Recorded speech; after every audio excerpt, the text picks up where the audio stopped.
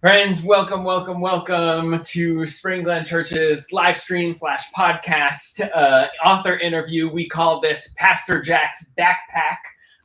It's a series that is very semi-occasional opportunity for me to, interview and talk to and catch up with the authors of some books that I've been carrying around in my backpack and I'm very excited about and very interested in hearing more and gaining more understanding. For those of you who were in worship today, you already heard the brilliant perspectives of the Honorable New Haven City Councilman Darryl Brackeen Jr. And you get to hear some more. For those of you online who missed that sermon, make sure to go on our Facebook page or our YouTube feed to check out that sermon because you brought the word today. Thank you so much, Darryl. Yeah. Let's hear it. It was really powerful, and you felt the energy in the room and the responsiveness of the people in the room. So I'm very excited for this opportunity to dig a little bit deeper. Some of you already heard pieces of this intro, but I want to give it again for those who are joining us online. Darryl is an educator, a historian, theologian, entrepreneur, and political practitioner. Mr. Brackeen was born in New Haven, Connecticut to youth pastor Jill Darrison and the late Darryl Brackeen Sr., both of whom hail from Alma, Georgia. Am I saying that right?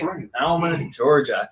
He is a proud graduate of James Hill House High School in New Haven, a Fairfield University graduate with a degree in political science and history, a Fordham University graduate with a master's in religious education and practical theology. None of this abstract stuff. It's got to be practical.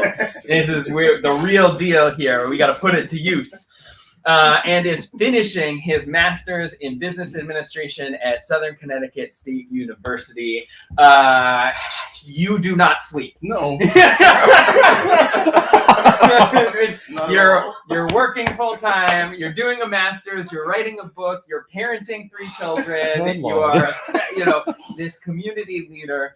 After receiving his education, Brackeen taught social studies within the New Haven public schools. From there, he realized the great need for educational reform in the state of Connecticut. Can I get an amen? Amen. And he became a community organizer at Connecticut Coalition for Achievement Now, which immediately led him into significant leadership roles at Educators for Excellence, serving as the Connecticut Managing Director of Outreach and serving as the Director of Regional Impact at Leadership for Educational Equity. Brackeen was recruited to become the District Executive Director of the New Haven YMCA Youth Center and Early Child Care Center and the Hamden North Haven YMCA and a 32-acre Camp Mountain Laurel, which I know a number of people, kids in our community attend that camp in the summer. And we have connected before, unbeknownst to me. Right. I didn't even realize till we reconnected and got to know each other for some of the work that we did collecting school supplies that went to some of the students in your care. While his career grew, he never stopped serving and doing ministry work. Brackeen's roots start at his childhood church of Faith Temple Revival Center. Yes. Under the late pastor, Wilhelmina Redmond. Beautiful. There he worked as a teenager in every area of ministry. Your community leadership started at an early age, including preaching as a young adult, and we saw the fruits of that, long experience in the pulpit today. He was then called to Church on the Rock, New Haven, where he served in leadership with his mentor, the Reverend Todd Foster. P.S. I love that you gave your spiritual journey as part of your bio because, most people just do their look at me with my, degrees and my, street, look, I'm so fancy and smart, but you gave, no, the spirit is part of the work. So I greatly appreciate that. You've written a theological work entitled Teaching the Black Christian Story and the Revival of African American Religious Education Within Black Pentecostal Movement. So we might need to do a second conversation about that because that sounds fantastic. Mm-hmm. And you're an internationally in demand speaker because that work brought you to Toronto, Canada as a speaker. And you are the first African American and the youngest to serve from the west side of New Haven, which is quite an achievement on a lot of fronts. And so I am so glad to welcome you here. You are a member of the Alpha Phi Alpha fraternity, and you serve as vice president of this chapter, which again, when do you sleep, sir? And Darryl was featured in the CPTV Connecticut magazine's 40 Under 40. He was also the recipient of Greater New Haven Chamber of Commerce Millennial Move Maker Award. Millennials Unite, right there. Yes. We're not teenagers. No. We're grown adults. Everybody thinks millennials are teenagers. We are grown adults. Yeah. Also, the Black People Rocks Award, and in 2022, 100 Men of Color Award. So again, lots of achievements, as well as being the spouse to Professor Chaz Brackeen, whom my wife had also known through their work in the social work world. And you have 3 beautiful daughters who are here today in our Sunday school, and it was so lovely to host them and get to be in worship with your family. But today we are talking about this book right here, The Almost Forgotten. Who did the graphic design here? Because that is beautiful. All self-made, self-published. You did this? Yes. Holy cow. That is man of many talents.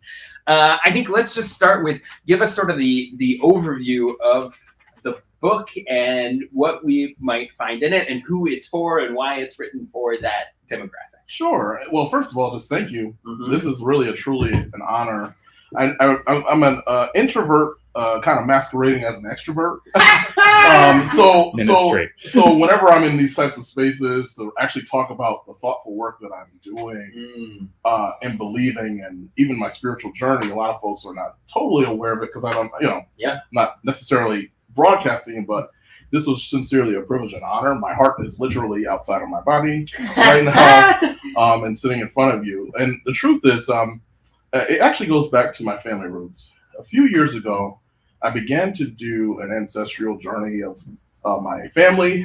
Oftentimes, as African Americans, we are left with basically nothing to go by except for oral history, and sometimes that history is from the perspective of the person that's delivering it without its whole perspective. So I was on a really tough journey to find out the truth. And it was inspired by my late dad, who unfortunately passed away last year. And this was something I've been talking about for years, trying to get out. So this really does mean a lot to me. And discovering in his family lineage an individual by the name of Dempsey Coates. Dempsey Coates was a formerly enslaved individual who basically lived his entire life in a plantation in Georgia, and Lawrence County, Georgia in particular. He, at the age of 55 years old, after the Emancipation Proclamation, so 1867, was able to register to vote. And that was one of the first documents that I found with an actual mark, of course, not being able to read or write. The registrar, I believe it was James Williamson at the time, Lawrence County, 1867. And that was just my total inspiration. And it totally explained why my father, my grandfather were all in some way, if not politically involved, involved with the United States Army. Public service has literally been in my lineage, kind of unexplained until now. Finding that document. And it turns out that he actually he was one of the first people to file a lawsuit with the Freedmen's Bureau in Lawrence County for back pay. And my dad was involved in the labor movement very deeply. Wow. And it was just like really enlightening to see that written on the paper. He's literally, the transcript is... So to clarify, filing for back pay for his years as an enslaved individual. Yes. Wow. I mean, like like coming to terms with the physical risk that he probably put himself in by doing that is just very powerful. And that really connects me to these gentlemen. Yeah. So of course, and I'm sorry, I just kind of marked up my book here. Yeah. Do. But in particular, you'll highlight Jefferson Long, one of the congressmen.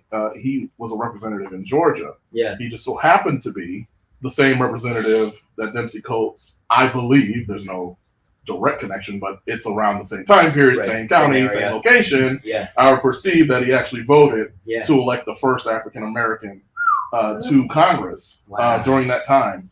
Now, of course, you should know that there were many barriers to getting to that ballot box. Right. So the journey to even there's no documentation to show that he actually was able to achieve the vote. Yeah. But clearly, Right. he knew enough about the law and the connections of it to ensure that he at least tried. Yes. Right. And I know that many of the polling places often barred the doors of the recently freed slaves at that time, or they were redirected 20 miles out from where they actually lived. And then once they got there, oh, we're closed. Just it sounds very familiar to what we're experiencing presently. As they say, history repeats itself. And it's clear, it's documented. And of course, I talked about my recent journey going back to Georgia to literally help potentially my family and friends and members in the recent election with Senator Warnock. Thanks to Unite Here. And I'm just this connection of being with labor on the front lines and trying to ensure they can get to the ballot box is something that they literally fought for, died for, and bled for. Yeah. And again, their names just were not remembered. Yeah. And the almost, which may not be grammatically correct, but the almost forgotten. It's poetic, whether or not it's grammatical. Yeah. It's because we're resurrecting the names now. Yeah. All right. And I know, those that are in tune with history and understand the depths of it probably knew some of these folks. But I know that in my research, oftentimes there were very little documentation to trace their history, their early life, except for their time in Congress. And even I'm over talking, but you're like, this is so engaging. Keep over talking. Okay. I don't have to ask another question. You just go. Oh, super. Okay. So you'll only find the documentation of really their life when they arrive in Congress. There's and even when they got there, they may have gotten time to say one or two sentences, and that's really the only, if even that. Maybe, right? Well, and that's one thing I appreciated in this book is each chapter is devoted to one of these 29 gentlemen. There are many more. Yes. But I've only highlighted, I believe, 19. 19 of them, right. But each chapter starts with a quote from them. Yes. And I love that you have centered their actual words in that was really tough. Yeah. Tracking down actual quotes. I actually had to reach out to some family members who may have had obituaries and testimonials. It was not an easy feat. And to ensure that they were accurately quoted was also questionable. Yes. Which is why I'm super open to feedback, and I left my personal information here in case something needs to be changed or updated because of the perspective not being fully presented. It was really an interesting adventure piecing all of this together. And part of why you pieced this together, so it's very easy to read because you specifically wrote it to be consumed by students. That's right. Correct? That's right. And so what inspires you to write this for young teenagers? Yeah, I'm a teacher. Yeah. I'm teaching history. This pandemic has kind of changed my life in many ways in the point of actually being back in the classroom after 10 years of not teaching history and coming back to certain classrooms that have textbooks that are 20 years old. I literally left the district 10 years ago to find old textbooks still presently in the classroom. It's like, are we serious? And of course, as an educator, any educator knows you have to fill in the gaps. Right. There's just, so you can't always depend on what's given to you. So I often try to dig deep and dive for information to make things relevant. Now, something that's even more highlighted for me is that I teach in a majority minority ethnically district, that often the materials are not reflective of their experience. So there was a huge disconnect, and there's always questions of, well, where am I in this story? And oftentimes people relegate the students to behavioral issues for medical things, and the truth is they don't see themselves, they don't find themselves in the classrooms presently. Right. So how do we highlight and introduce curriculum and materials, stories, so that there can be a more connection, even in, I was going to say, divine connection, because for me, connecting to ancestors is absolutely vital to the lifeblood of the work moving forward. And clearly, through the lineage of my family of service, education, working with labor, it's clearly present even amongst us today. Well, and I think that highlights one of the important connections in things we can take away and learn from this text for our current present, right? You know, some people say, why are you digging up stuff from the 1800s?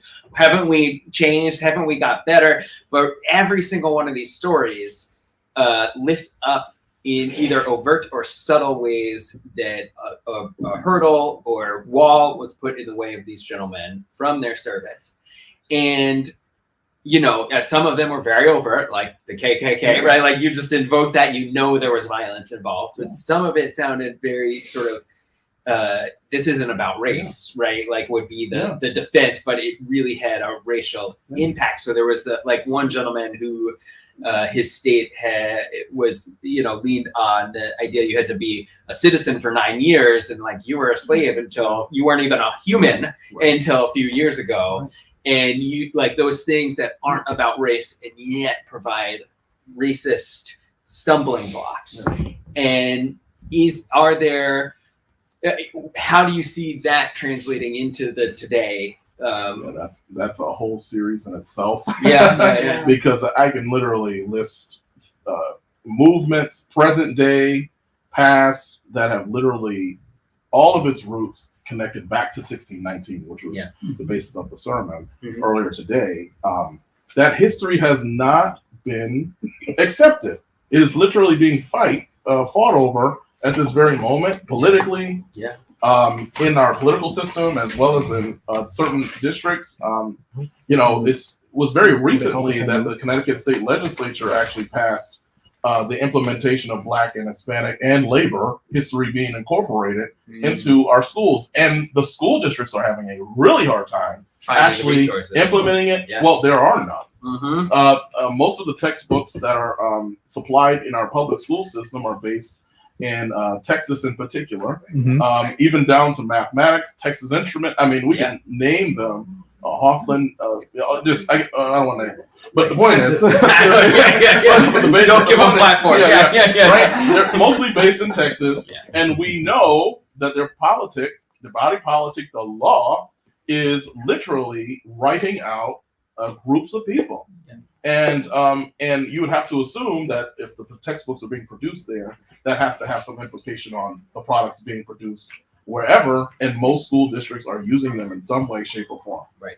Well, and I think that's the brilliance of the title, The Almost Forgotten. It highlights the fragility of the story, that in the way history is so weaponized right now. Right. And like, why should we care what's happening in Florida or Texas? Well, because those are some of the biggest states. Textbooks in order to sell textbooks, have to align their content with those standards. So in a lot of ways, Texas and Florida set curriculum standards for the entire nation just by setting curriculum standards for their states.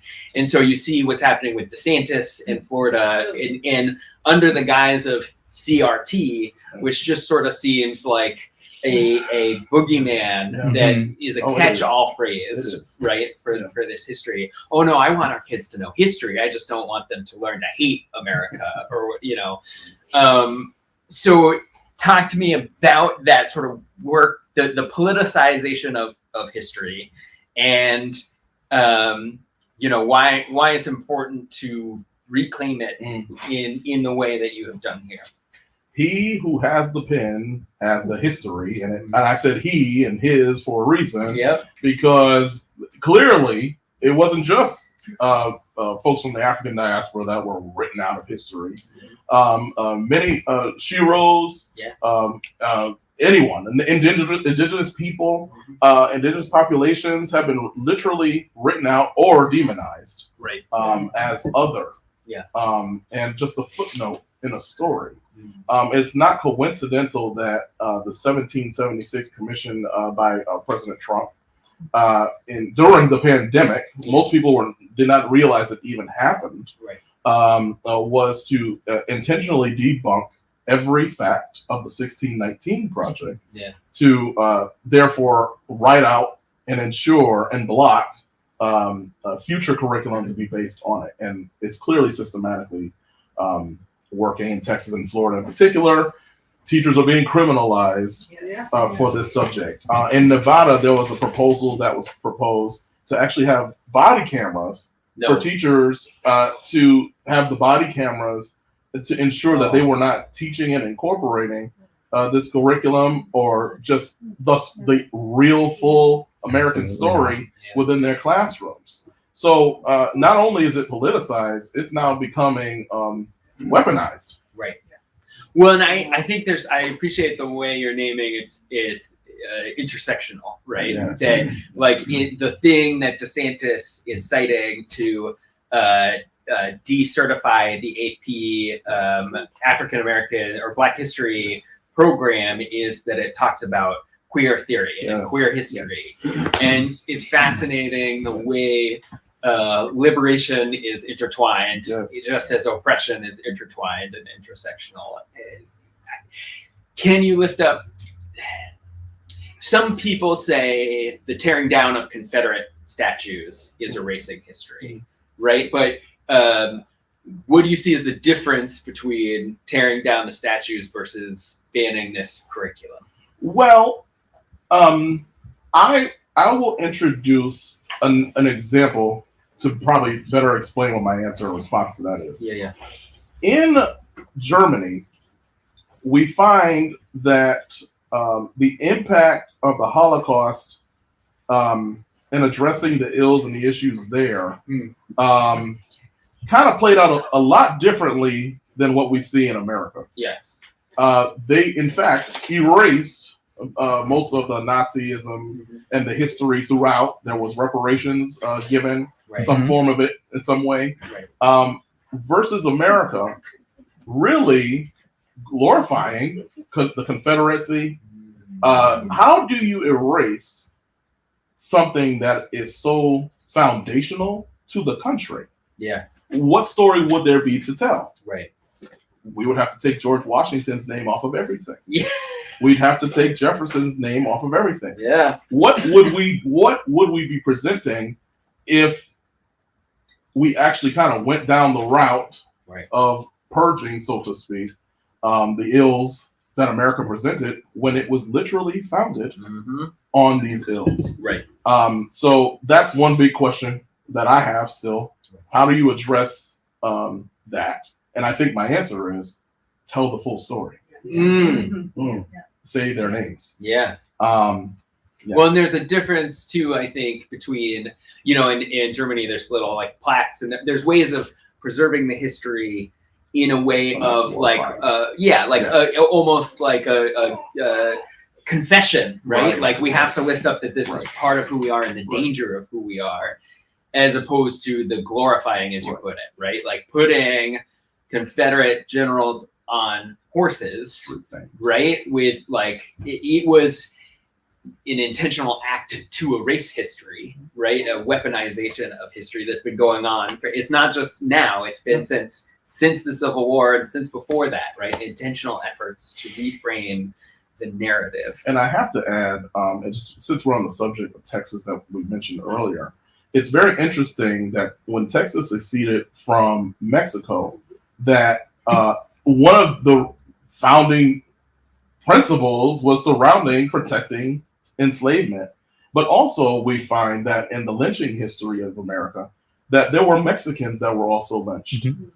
throughout America as well. And of course, you'll see unknown, Yeah. but you'll see a reference to their ethnicity. Yeah. And many of those happen in the state of Texas. Wow. So even in this individual state's history, there is an even stronger defense of denying the foundational values that this country has been founded on. Mm. Well, so then let's reclaim that history. There's. I feel like now that I know this book, I almost want to use it as like a daily devotional for a month. There's focus on one of these individuals a day kind of thing. Like I feel like there's something powerful about the way you've structured these stories and made them so easy to digest. Of the individuals in your book, is there one or two that you would sort of claim as a role model for your community leadership, for the way you approach the world?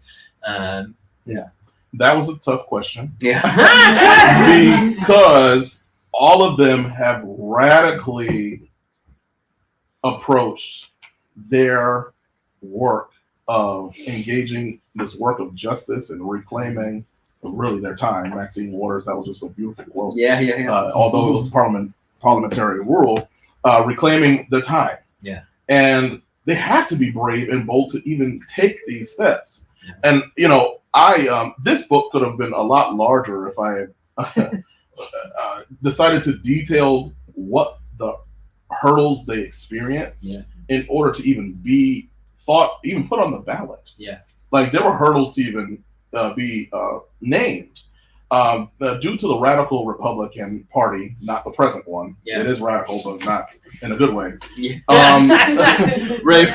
Back when the Republicans the were original radical, the progressive, right. Radical Republicans proposed several pieces of legislation to ensure that liberation continued. Yeah. And again, there was just a huge backlash. Yeah. So for me, in terms of favorites, they all are, and I'll name two though, who distinctly kind of stand out in my mind now. The Reverend Dr. Richard King. For me, his story is rooted in a way. So in my work personally, I have never lost the sense of God and the divine in what drives the work that I do. Yeah. I don't usually make decisions based off of political calculation. It is literally based on what is the right thing to do, what brings justice to the most in terms of the impact that is being made, and also what do the people have to say. Yeah. And you'll find that many of these individuals took votes on some things that they didn't personally agree with from time to time. For instance, this was a little shocking in the research.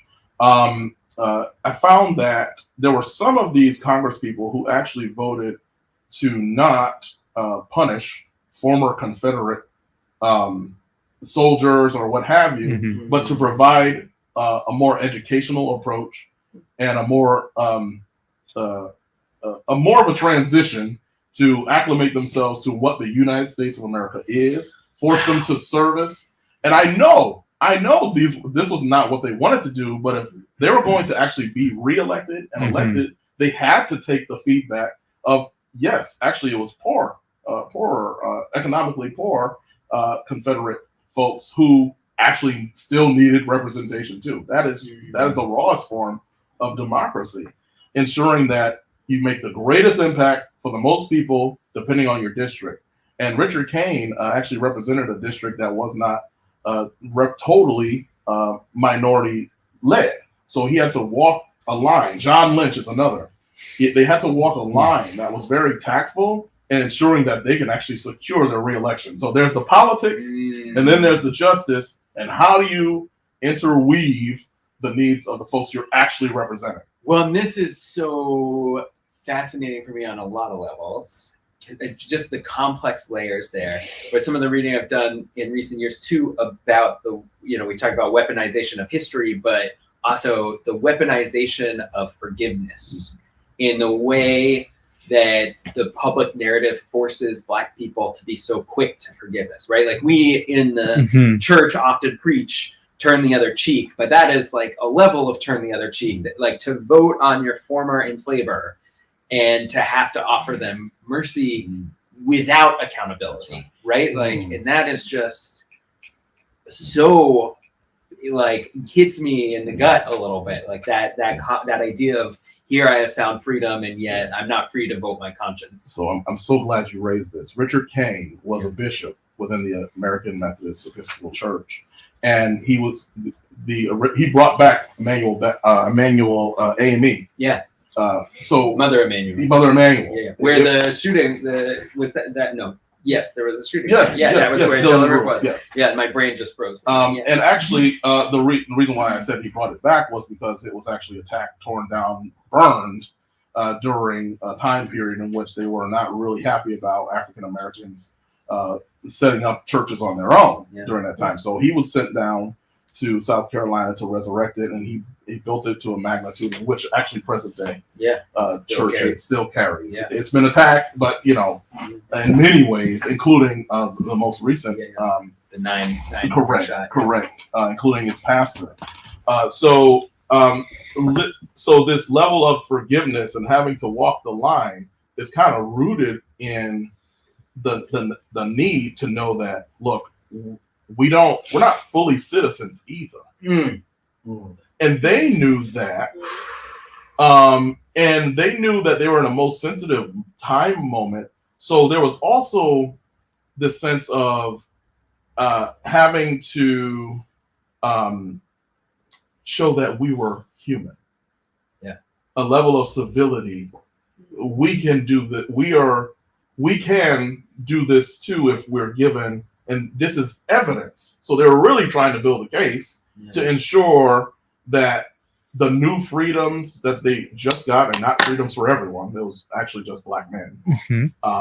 But the freedoms that was still given and created could be seen further down the line. And unfortunately, much like the backlash we see since the election of Barack Obama some years ago, and the rise of the Tea Party movement, and actually I can date back a little further back from then. There's been an underbelly that's been kind of consistent for many years that just kind of reared its head truly at his election, and even to the rise of Donald Trump.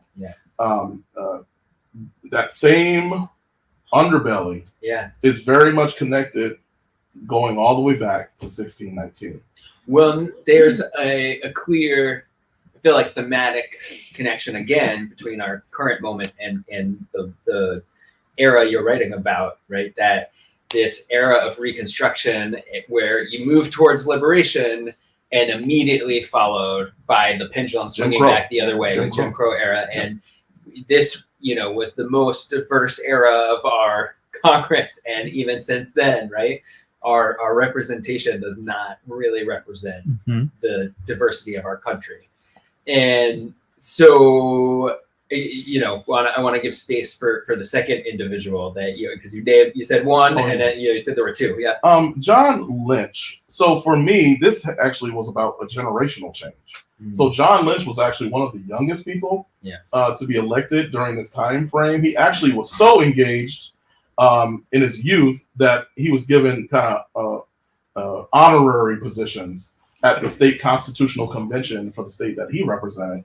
And it was when he became of age that he was actually able to successfully get into the state house and then eventually run for Congress. Everyone loved him. He had a personality that really, he was humble. Yeah. And he understood the work, and whatever anyone told him to do, he went and did that. And that kind of was like a similar upbringing for me. It was like, hey, look, we need you to fold 1,000 of these programs for the next rally we're holding.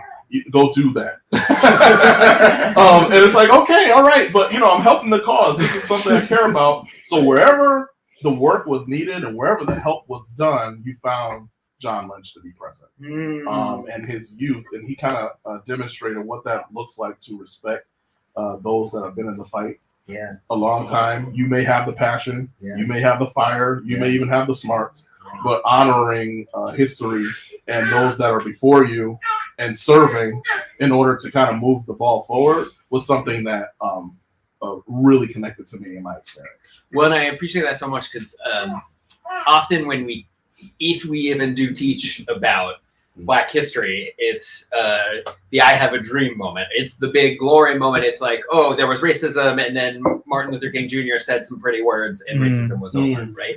But the amount of behind the scenes, unglamorous, right, work that went into that moment in history, the organizing work of Bayard Rustin and the women who were behind the scenes getting stuff done, and it wasn't just showing up for this one rally, it was showing up day after day and printing and folding bulletins and knocking on doors, and I'm really glad you lifted that up, because I think that's a really important thing for us to. Sometimes it can feel so. The weight of racism in this current moment where it feels like the pendulum is swinging backwards. Sometimes it can feel so overwhelming, and the work feels so minuscule and so mundane. I have to insert hope here. Yes, please. Because that's also in the tradition of these men. Yeah. It's not a majority. It's just the loudest who strategically figured out the political system that was already kind of set up for them. For success, yeah. And they're winning.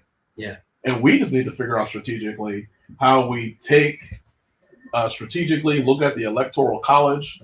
That's a whole nother discussion for another day. Yeah. And figure out strategically, how do we push back? How do we get to the work that needs to be done? I hate to say this, while there's work to be done in places like Connecticut, the work is in Georgia. The work is in Texas. The work is in Florida. How do we send our dollars? How do we phone bank? How do we send ourselves? I brought my entire family, and at that time, 2-3-week-old Nyla there, to Georgia, because I knew my friends and family, they were being disenfranchised of their vote actively. Yeah. In action, there is hope.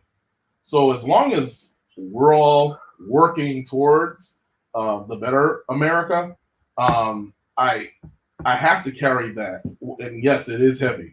But the one thing that all of these folks carried was hope. Because if they didn't, then why do the sacrifice? Well, and I think it's that balance. Last week I was preaching on the speck in your eye, log in my eye scripture, right? And that's the trouble is the work is everywhere, right? And so it's hard to pin down where to put our energies and our effort, right? There's Florida, there's Texas, there's Georgia, but also like Connecticut surprisingly has very restrictive voting, housing regulations, issues. Housing issues. There's a big push right now for early voting in Connecticut, and there is a surprising amount of resistance to that work. And again, it's not about race, right? I'm not racist, but there's all sorts of excuses given for why we want to put barriers in the way of people voting that impact mostly brown and black communities. And so I appreciate the way you're lifting up hope here as a sort of framework, and that it can become so disheartening. To have a little bit of hope in there is helpful. I'm going to in a second open it up for any questions from the gathered body here. So I'll give one more question while people think about what they might want to ask you. What was the most surprising thing you learned while working on this project? I probably shouldn't have been so surprised by this, but I was like really shocked. Because we see the glorification of being in a political role, such as a congressperson, right? And we see present day, many of them are, they head to Wall Street and, lobby, and they do all kinds of things after their work. Many, not all, but many of these gentlemen end up in object poverty. Kind of in a nomadic state. Jeremiah Harrelson, one of the congressmen, actually, he ended up being a coal miner in Texas and Oklahoma. And a few years later, he's found in Denver, Colorado, hunting for his food and just trying to get to live. And he's actually killed by a wild animal. Wow. It is rumored There was no specific documentation, but many people who knew of him knew that, that was the state that he was in. Brilliant, brilliant gentleman, went to the pinnacle of politics to be subjected to poverty and the ultimate untimeliness of his death.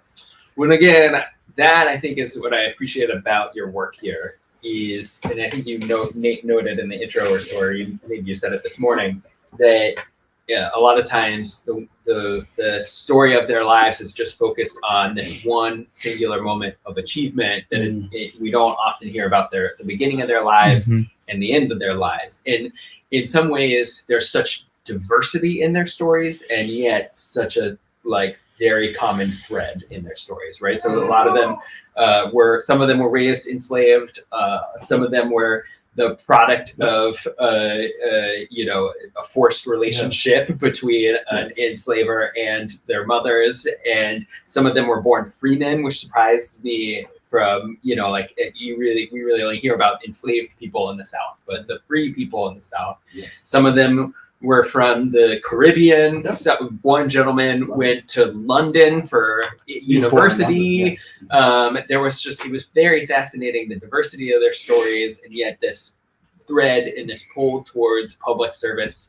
A lot of them were ministers, and also the barber, and also the tailor, and also the farmer, right? Like they just had these very complex, diverse lives. Most of them were educators. Yes, exactly. And then they, so many of them, have that kind of story you just lifted up, where they died of what we might consider natural causes, and yet not natural at all. It really highlights the stress on the body and the soul that they put so much of themselves at risk for this moment. Yes, and actually, I in some cases name what the health issue was. Yeah.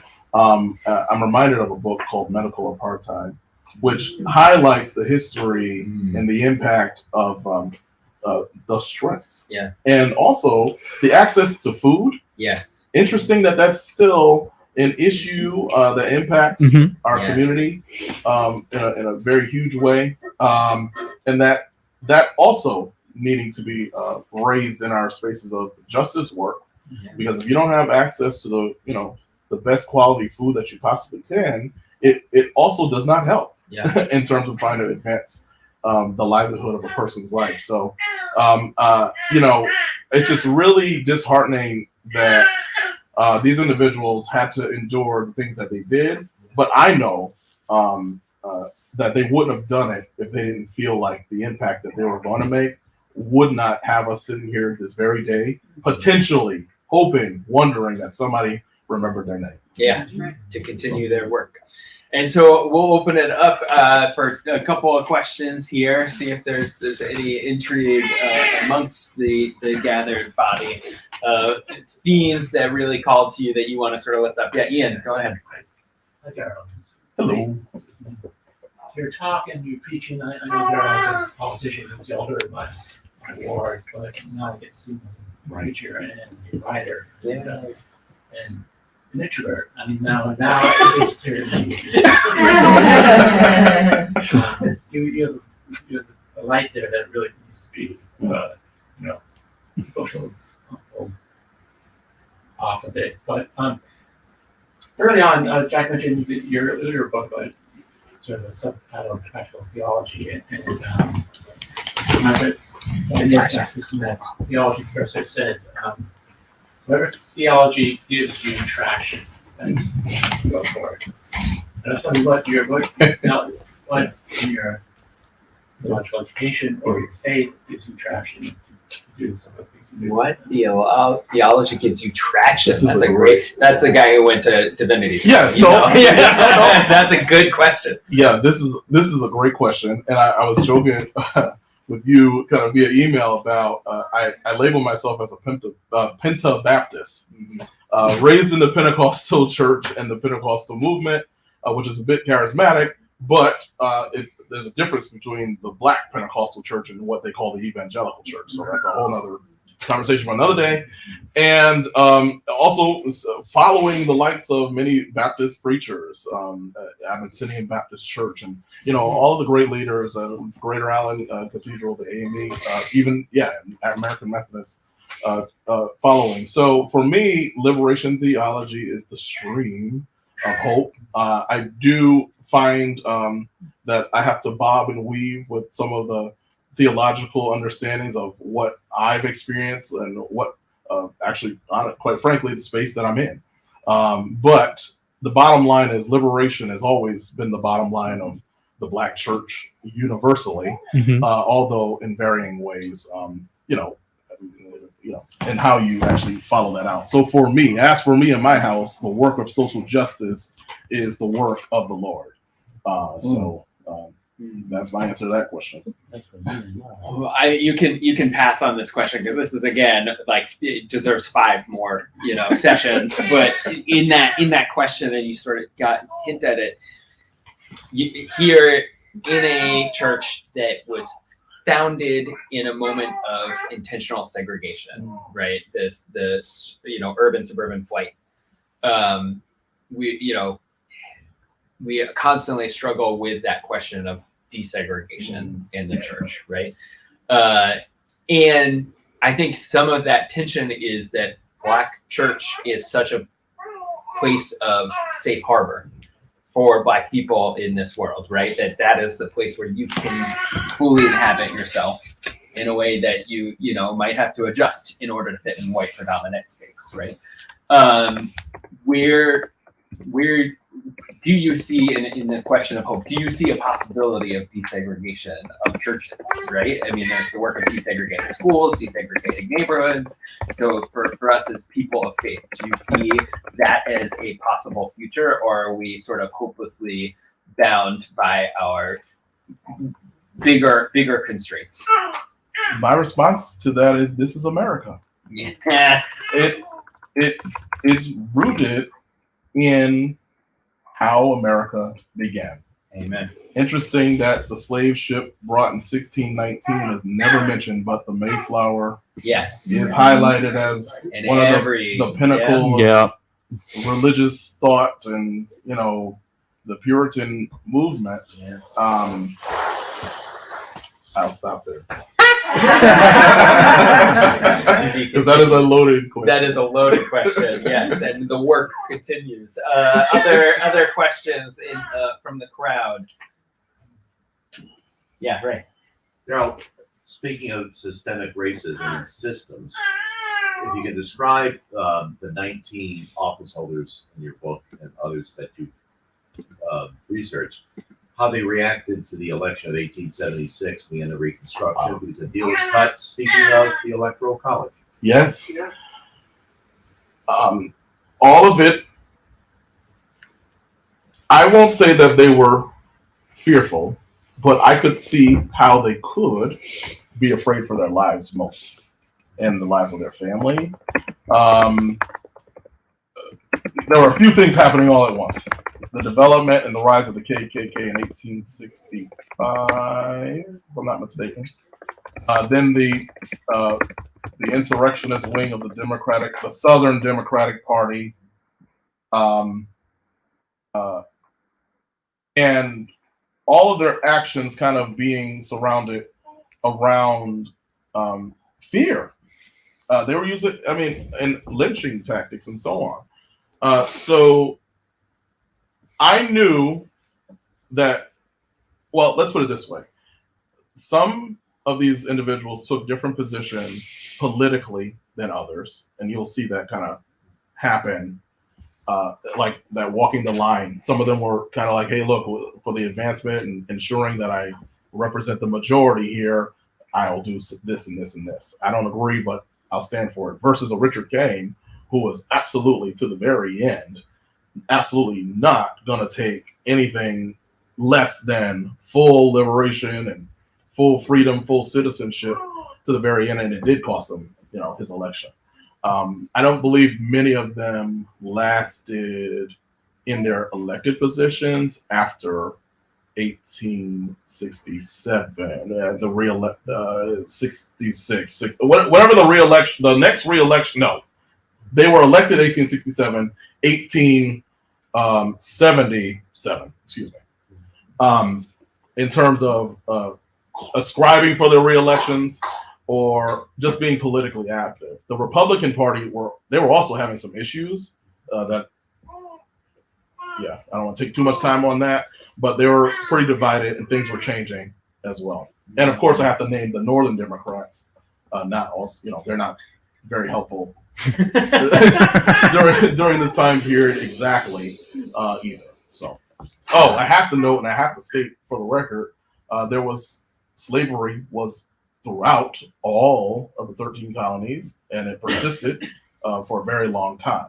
Yeah. And I know we like to kind of paint that scapegoat the South, and I just can't. In this full history, in the fullness of history, we have to tell the fullness of the truth. And racism still persisted even after. And it's in law. There are some Connecticut laws that are still on the books.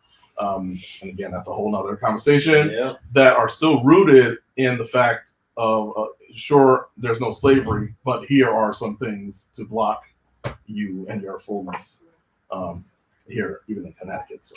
Well, in that regard, there's, Middletown, right? Yes. Put in a plaque a few years ago honoring or memorializing the hard truth that was a slave trade port. So I think that's a very important point for us. It's not just over there; it's everywhere. So yeah, let's do maybe one more question out there, and then we'll wrap it up.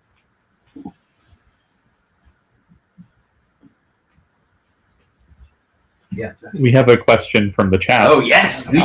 Diane Lewis asks, how does the transformation of the spirit in a culture figure into this, and how do we make it happen? Ooh, transformation of the spirit. I think we need to call a conference of many clergy. Revival. I cannot say I have the total answer to a very important question. Huge question. No, I think I'm mildly serious about. I think it's probably long past time to have that very discussion, so that we can come to some sort, and whatever spaces we're in, because we're not going to totally address the whole United States, but even here locally in Connecticut, crossing the boundaries and the barriers that we kind of referenced a little earlier to answer that question. I don't have that answer. Yeah, and I think that is it's an ongoing debate often about do you achieve change through politics or through church or through faith or through education and it's probably a little bit of a yes and all of the above. Yeah. Which I think is a good place for us to wrap up our conversation for today. But obviously, there's a lot more conversation to be had. For those who are in person, we've got a stack of books if you would like to purchase it. For those online, you can purchase the book on Amazon. I know I read it on my phone through the Kindle app, and it's a great change up rather than doom scrolling Twitter to scroll through your brilliant history. Thank you, Darryl, for being here today. Thank you all.